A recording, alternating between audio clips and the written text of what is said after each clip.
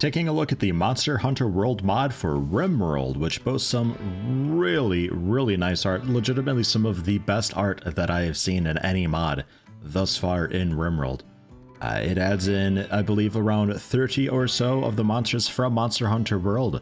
It adds in the basic weapons, a steel variant of weapons. I believe all the weapons are in, though. Armor-wise, not a whole lot going on. The leathers and such that the monsters drop, they do have certain quality to them and certain modifiers to them that allow you to get your general defense up high enough. However, it does suffer from pretty crippling balance issues. It is still in development, so I suspect it to change at some point. But yikes, it's a bit imbalanced, which I'll show you now. I've got a little settlement set up here. We're just hiding out inside the cave, trying to keep it a little bit humble. We've got a little bit of food going on. We do have some hunter meals sitting out as well. These things are an absolute beast to make. You make these at the stove, requiring 5 nutrition of both ingredients and also veg, which is 10 times the normal amount that you would be using for a fine meal. Rather, it's just a simple meal. It is a bit outstanding. No, even lavish meal. Yeah, okay, so it's like 10 lavish meals per hunter meal, which is just absurd. However, it does give you some pretty nice buffs, which you're going to need, because I would like to do a hunt. We've got some of the leathers sitting by just to show you generally what some of them have. They have varying amounts of insulation for cold and heat and different armor values, therefore making armor out of them.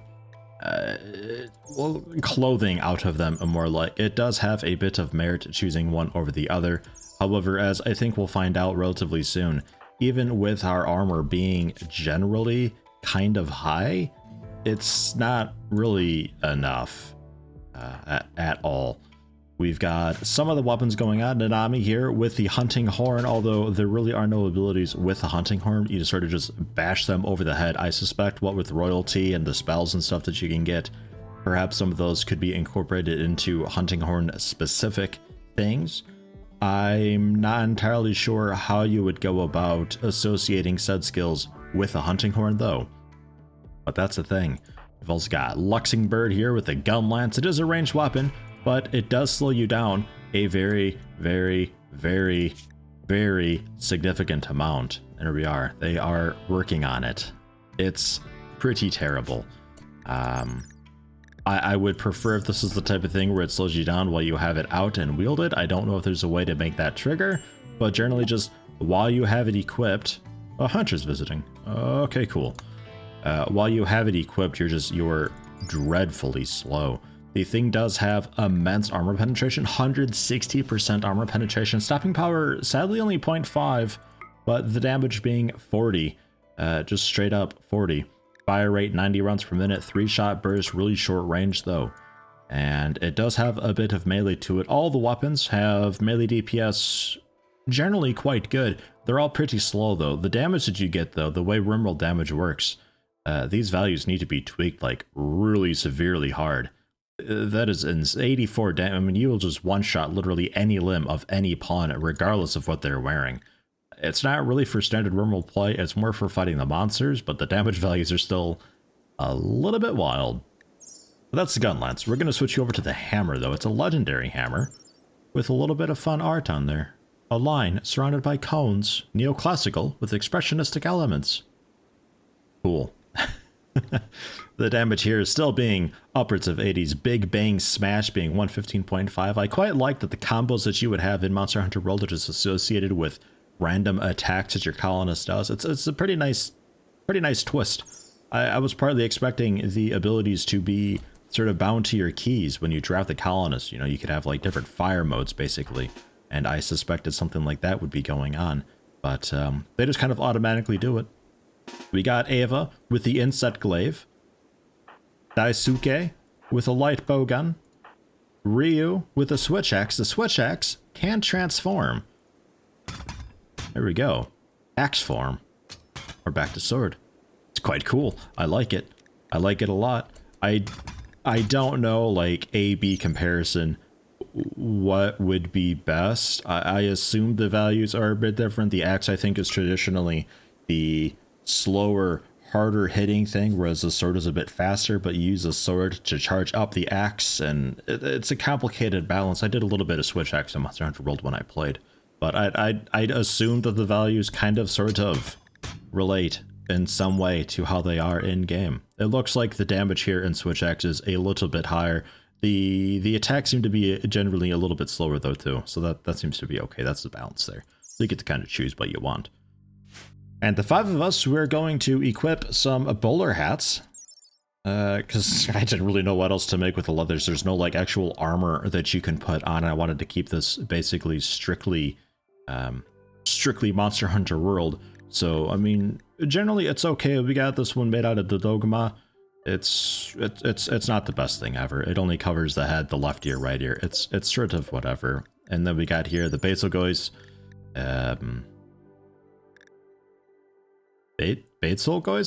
Betelgeuse is A or an E? I don't know. It could be a typo. I'm not sure. Screw this thing's name anyway. Like, who knows how to pronounce that, honestly. it's all over the place. You know, the parts giving it 185% to the sharp, 92% blunt, heat 150%. So if you really min-max it and you know your leathers and you know your monsters, I'm sure that these are correlated within game somehow, in some way, shape, or form. It's not just random values. I don't really know off the top of my head what is best and what isn't for which situation, but if you want to take it super seriously like that, you absolutely could. We'll go ahead and equip on. We're gonna have a hunter meal afterwards. Everybody eat up. Buffed with a hunter meal. Reduces pain by only a little bit. Increases your movement, increases your eye consciousness, manipulation, reduces tiredness a bunch. Generally just a nice buff to have. You could obviously mix this together with, you know, say Go Juice and Luciferium and really get nutted out.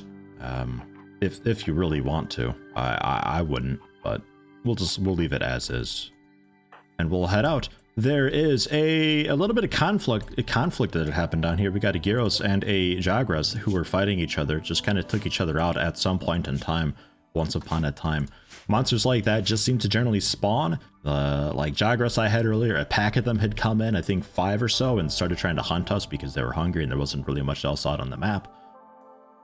There are other events, like you will have one of the, pardon the phrase, I think it's ancient dragons spawn in. I'm not 100% sure if that's what they're called, but that is a major threat event that you can have. You can also have small monsters wander in and that kind of stuff. We're gonna go to the ISO and hunt a Nergigante that has just happened to show up.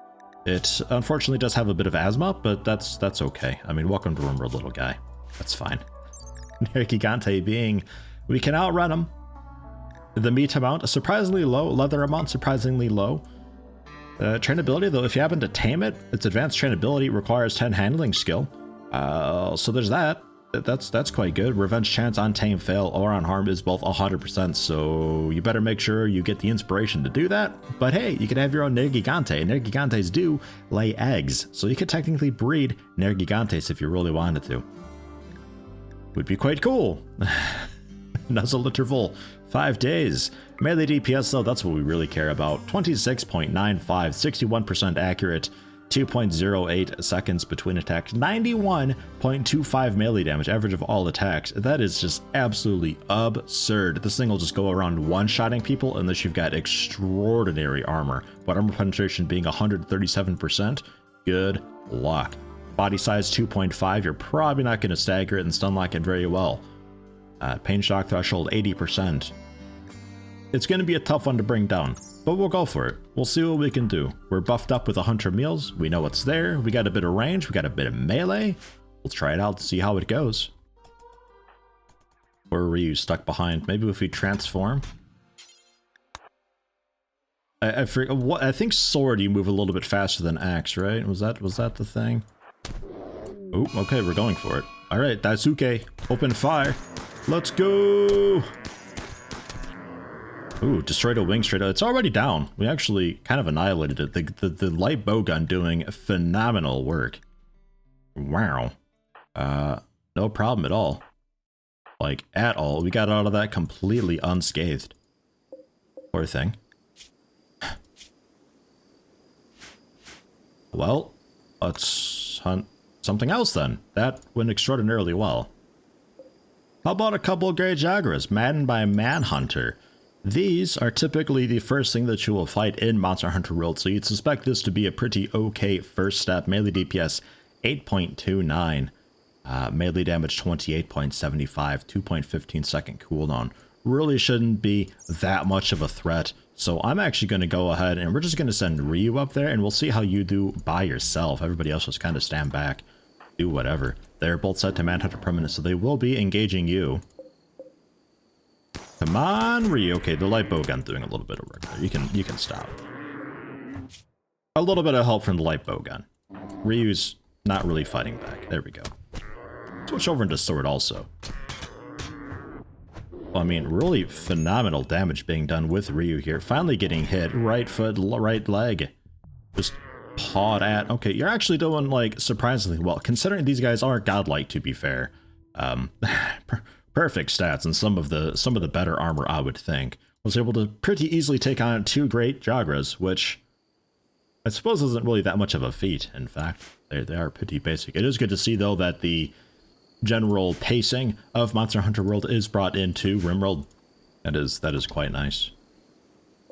We have now a Dodogama with a mere 7 DPS. Quite curious to see how this actually works out, though, because the Dodogama you typically fight a bit later on, and I believe this thing ordinarily would be chewing up, like, volcanic rock, and it can do a range heat attack type thing, but it makes it very vulnerable. Obviously, with the way RimWorld works, you can't really get that complicated with it. I'm thinking it's going to be a pretty straight up fight. Should be generally pretty easy to handle. We've also got a Puke. I thought this thing spat poison, but I'm not quite sure. We'll find out. Otherwise, damage-wise, not really a whole lot going on. And then the Tsitsiyaku, which I'm quite curious to see if this will go ahead and do its blind thing that it has. Otherwise, the DPS being quite low. We'll go for it. We'll see how it fares against Ryu, all 3 of them together. Worst case, we got our people. Come on, Ryu. Let's go. Just a little bit of clawing going on. I'm not entirely sure what you're doing. Are you trying to maybe get around them? I wonder if maybe that's what's going on. And neck was just completely bitten off there. Womp. Dodogama tore off Ryu's neck. Welp. How did you do? It is a bit rough clicking on these guys sometimes. We cut off the tail. So that's nice. It'd be really cool if you could do RimWorld combat triggers, so whenever you saw a tail be chopped off or a wing get lopped off or so, something would drop. That'd be amazing. I don't think that's possible, though. Tsitsiyaku completely okay. Dodogama completely okay as well. So we really messed up the Puke, but not enough. We got our backup, though. This poor Nergigante writhing in pain over there. Oh, right, yeah, fire at will. Go. Oh my god, that thing is out of here. Head completely destroyed. Hammer one shot right in the nose. Oh man. Dodogama coming up. Let's get the insect glaive in there. Okay, that's out of here. What happened to that? If I can find it.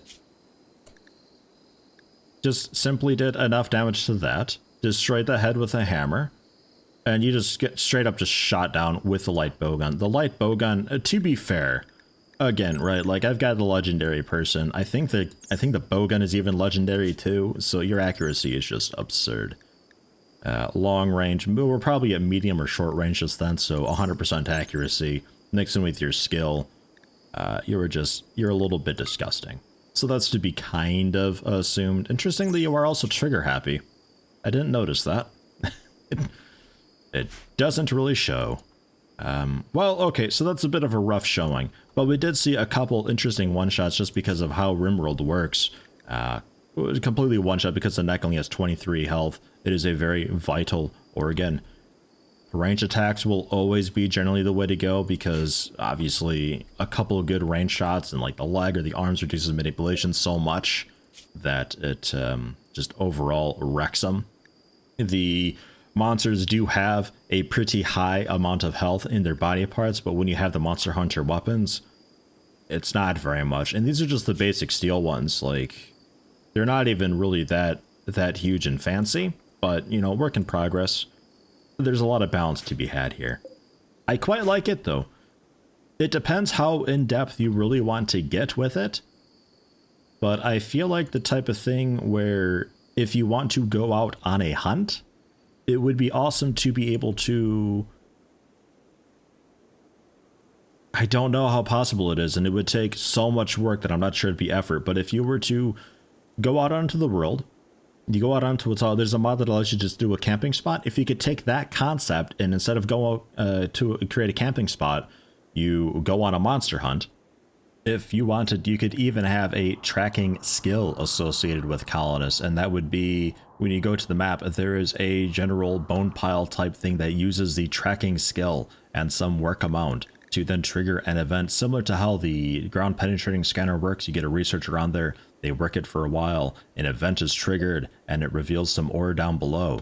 Something similar to that, inspired by that, but for more just tracking where a monster is. Perhaps you do that to a bone pile, takes a little bit of work, and after just one use of doing it, you would then spawn the monster then through an event. I don't know, something like that. Would be fantastic. I'm not sure how possible that is. Alternatively, adding a new biome, probably even harder, but a new biome that'd be just a monster ground, and on that biome, you've got the monsters associated with said spawning ground spawning. But that'd be making a lot of biomes. Not entirely sure how cool that'd be. And obviously embarking on one of their spawning grounds, probably a really bad idea, but would make for some really interesting gameplay. To be fair, also, quick side note, the fabrication is what is required to make these weapons. So they are a fairly high tier thing. Considering their power, I feel like higher tier would make a bit more sense, but it kind of is what it is. Having a specific research tree for this, I think would be a really cool thing. Because yeah, the bounce is just absolutely insane, but it's still a lot of fun. It's a very cool mod. Yeah, just the steel stuff. Some of them require components, but generally just a bunch of steel for most of it. Made at the electric smithy, of course. Really cool though, really cool. Hugely looking forward to a lot more of this. I think this is a fantastic start to what could be a really good general major mod for RimWorld. The type of thing where you just have this on and then a few other small mods on the side, but generally this being the main mod. I don't think it's really anything for just throwing into your play just for funsies. I'm not sure on that.